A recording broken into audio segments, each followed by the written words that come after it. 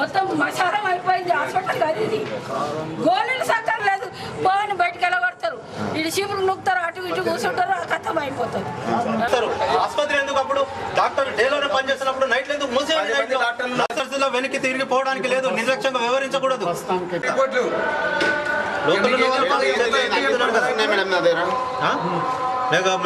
Legal గా మేము చూసుకుంటాం. చెప్పు ఎక్కడ కలుస్తున్నారు వాళ్ళు? చెప్పు లోపల హాస్పిటల్ కాల్చారు, మళ్ళీ తీసుకొని మిగతామో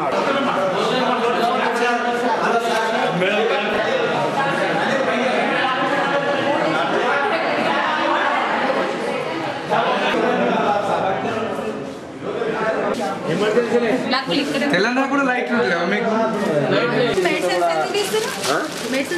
లేదమ్మా, మాకు హాస్పిటల్ సరిగ్గా ఇస్తలేరట. మీరు 1-2 ఇస్తున్నారట. మంచిగా ఇస్తున్నాం మేము మెడిసిన్స్. ఇప్పుడు ఒక జనం మెడిసిన్స్ ఇస్తూనే ఉన్నాం మేము, ప్రాబ్లం ఏం లేదు మెడిసిన్స్. అంబర్పేట ఎంసీహెచ్ కాలంలో ఉన్నటువంటి ప్రస్తుత ఆసుపత్రిలో కనీస సౌకర్యాలు లేవు. ఇక్కడ ఏదైనా పేషెంట్ వచ్చినట్లయితే డాక్టర్ల నిర్లక్ష్యం ఇక్కడ కనబడతా ఉంది. అనేక సంవత్సరాల నుంచి ఇక్కడ పేషెంట్లు ఏదైనా ఎవరైనా వస్తే వాళ్ళను నిర్లక్ష్యం చేసి మరో ఆసుపత్రికి తరలించడం, మరి డాక్టర్లు ఎవరైతే ఉన్నారో ఒకవేళ జాయిన్ చేసుకున్నా కానీ వాళ్ళ పట్ల వివక్ష చూపించడం, సరైన ట్రీట్మెంట్ కానీ మందులు కానీ వాళ్ళకి ఇవ్వకపోవడం, అదేవిధంగా సమయానికి డాక్టర్లు లేకపోవడం, ఇక్కడ సమయాన్ని పాటించకపోవడం, కేవలం నర్సులు మాత్రమే పెద్ద డాక్టర్లుగా ఇక్కడ చలామణి అవుతున్నారు. అదేవిధంగా వార్డ్ బాయ్స్ ఎవరైతే ఉన్నారో, వాచ్మెన్లు ఎవరైతే ఉన్నారో వాళ్ళది ఇక్కడ పెద్దతనం నడుస్తుంది. ఏదైనా పేషెంట్లు వస్తే ఎమర్జెన్సీగా డబ్బులు డిమాండ్ చేయడం జరుగుతున్నది. అదేవిధంగా ఒకవేళ అడ్మిట్ చేసుకుంటే ఇక్కడ చేతులు తడపందే మరి ఆ పేషెంట్లకు సరైన న్యాయం జరగట్లేదు.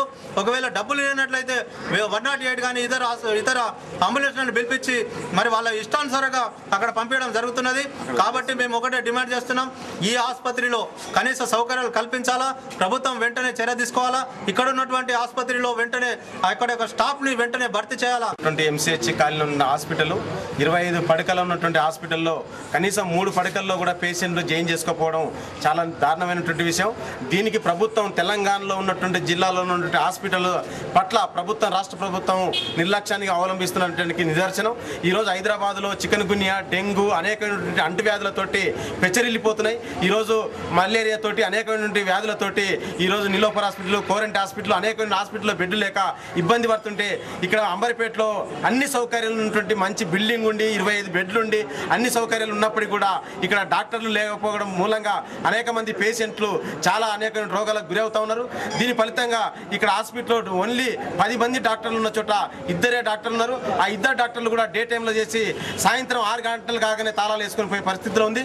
కాబట్టి వెంటనే ప్రభుత్వం స్పందించి ఖాళీగా ఉన్నటువంటి 10 డాక్టర్ల పోస్టులు ఫిలప్ చేయాలని. లేదు, స్కానింగ్ ఏర్పాటు చేయాలి. స్కానింగ్ అయ్యే ఖర్చు ఇప్పుడు రిపేరింగ్ ఉందని చెప్పారు. ఆ రిపేరింగ్ అయ్యేంత వరకు ఇక్కడ గవర్నమెంటే భరించాలి. ప్రభుత్వం భరించి ప్రతి గర్భిణీ స్త్రీకి స్కానింగ్ చేపించి వాళ్ళకు 400, 500 అయితే ఎంతనో భరించడం కూడా గవర్నమెంటే భరించాలి. అది ఆ హాస్పిటల్ చూసుకోవాలని చెప్పినాం. అది ఒకవేళ చేయకపోతే అఖిలపక్షంగా మేము దీన్ని ఖండించి దీన్ని ప్రతిచర్య తీసుకుంటామని ఖండిస్తున్నాం.